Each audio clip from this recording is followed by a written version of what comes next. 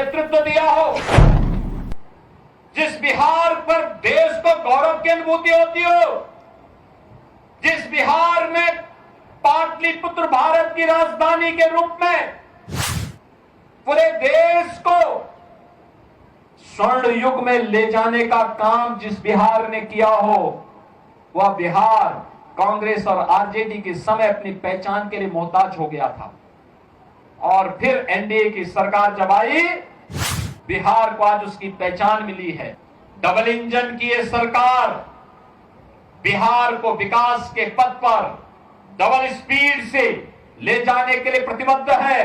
कोई भी बिहार को उस पुराने लालटेन युग में नहीं लेके जाएगा। अब तो एलईडी की दुधिया लाइट में नीतीश जी बिहार को लेकर के आगे बढ़ चुके हैं और बिहार के विकास को कोई बाधित नहीं कर सकता। अब बिहार के सामने पहचान का संकट नहीं है। जो पहचान का संकट आरजेडी कांग्रेस ने बिहार के नौजवानों के सामने पैदा की थी। बिहार का नौजवान 2005 के पहले अपनी पहचान को छुपाता था, अपनी पहचान को छुपाता था। किसान आत्महत्या करने के लिए मजबूर होता था,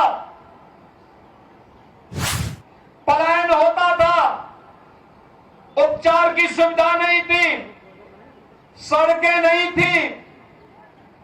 आरजेडी के समय में तो कहा जाता था कि सड़क बनाओगे तो फिर कच्ची शराब कैसे बना पाओगे, यही तो बोलते थे आरजेडी के लोग। इनको विकास नहीं चाहिए, इनको बुरका चाहिए।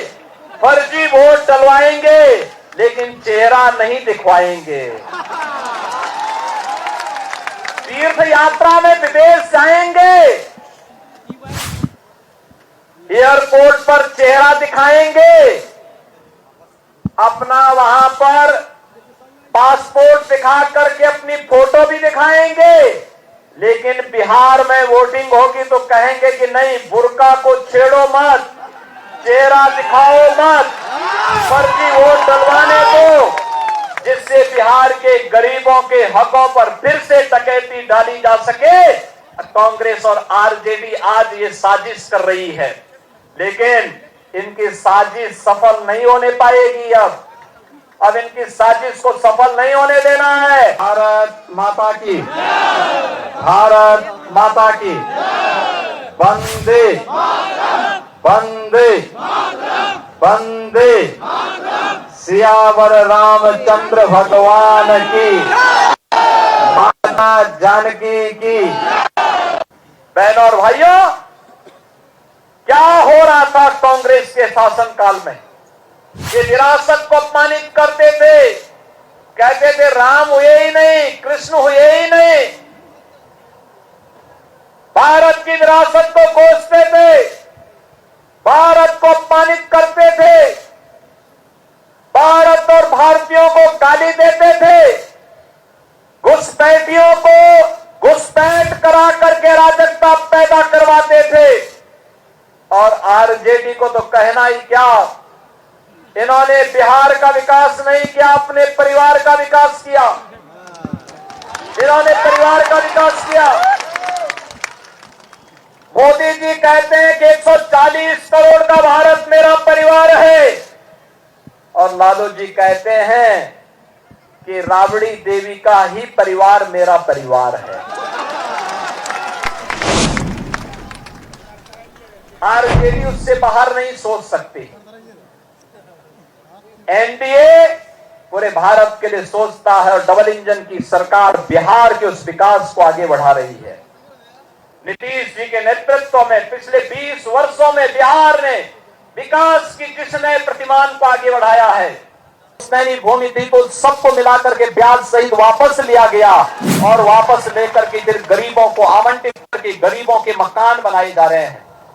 बहनों और भाइयों, माफिया के खिलाफ, गुंडागिर्दी के खिलाफ, देशद्रोही तत्वों के खिलाफ, अराजकता फैलाने वाले तत्वों के खिलाफ अगर कोई लड़ पाएगा तो डबल इंजन की एनडीए सरकार ही लड़ पाएगी, एनडीए का कार्यकर्ता ही लड़ पाएगा। और वही कार्य आज एनडीए की सरकार बिहार के विकास के साथ कर रही है। हर क्षेत्र में विकास के नए प्रतिमान बिहार के अंदर बन रहे हैं। आज बिहार के सामने अब पहचान का संकट नहीं है। बिहार का नौजवान 2005 के पहले अपनी पहचान को छुपाता था, अपनी पहचान को छुपाता था। किसान आत्महत्या करने मजबूर होता था, पलायन होता था, उपचार की सुविधा नहीं थी, सड़कें नहीं थी। जिस बिहार पर देश को गौरव की अनुभूति होती हो, जिस बिहार में पाटलिपुत्र भारत की राजधानी के रूप में पूरे देश को स्वर्ण युग में ले जाने का काम जिस बिहार ने किया हो, वह बिहार कांग्रेस और आरजेडी के समय अपनी पहचान के लिए मोहताज हो गया था। और फिर एनडीए की सरकार जब आई, बिहार को आज उसकी पहचान मिली है। और आज इसीलिए हम लोग आए हैं आपसे कहने के लिए, बीजेपी और एनडीए डबल इंजन की ये सरकार बिहार को विकास के पथ पर डबल स्पीड से ले जाने के लिए प्रतिबद्ध है। और विकास की इस प्रक्रिया में आप सबको जोड़ने के लिए आज मुझे सहरसा की इस पावन धरा पर आने का सौभाग्य प्राप्त हुआ है। आप सबसे मैं इस बारे में कहना चाहूंगा कि अब कोई भी बिहार को उस पुराने लालटेन युग में नहीं लेके जाएगा। अब तो एलईडी की दुनिया लाइट में नीतीश जी बिहार को लेकर के आगे बढ़ चुके हैं। आज मुझे मां जानकी की इस पावन धरा में आप सबसे चुनावी सभा के बहाने ही नामांकन सभा में आने का अवसर प्राप्त हुआ है। याद करिए, इसी बिहार की धरती ने डॉक्टर राजेंद्र प्रसाद जी को जन्म दिया था। देश के प्रथम राष्ट्रपति बने और राष्ट्रपति बनने के बाद स्वतंत्र भारत में सोमनाथ के मंदिर का पुनरुद्धार का कार्य होना है। पंडित जवाहरलाल नेहरू ने कहा नहीं जाना है, राष्ट्रपति ने कहा नहीं मैं जाऊंगा, क्योंकि भारत के सांस्कृतिक, भारत के नए आभा को वैश्विक जगत में प्रस्तुत करना है। इसलिए सोमनाथ के मंदिर के पुनरुद्धार के कार्य का कांग्रेस भले ही विरोध करेगी, लेकिन भारत के राष्ट्रपति के नाते भारत की आस्था का सम्मान करना मेरा दायित्व है। और डॉक्टर राजेंद्र प्रसाद जी वहां गए थे, सोमनाथ की धरती पर गए थे।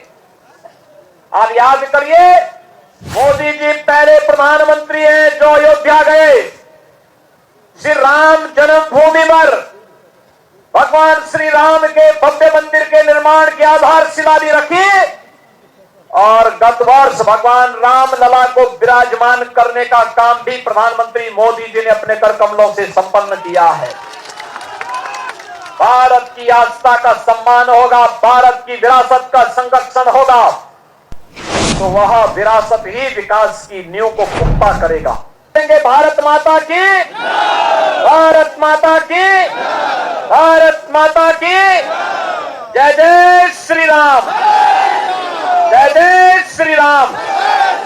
आप सबको दीपावली की और छठ महापर्व की मंगल में शुभकामनाएं देते हुए मैं वाणी को विराम देता हूं। धन्यवाद, जय हिंद।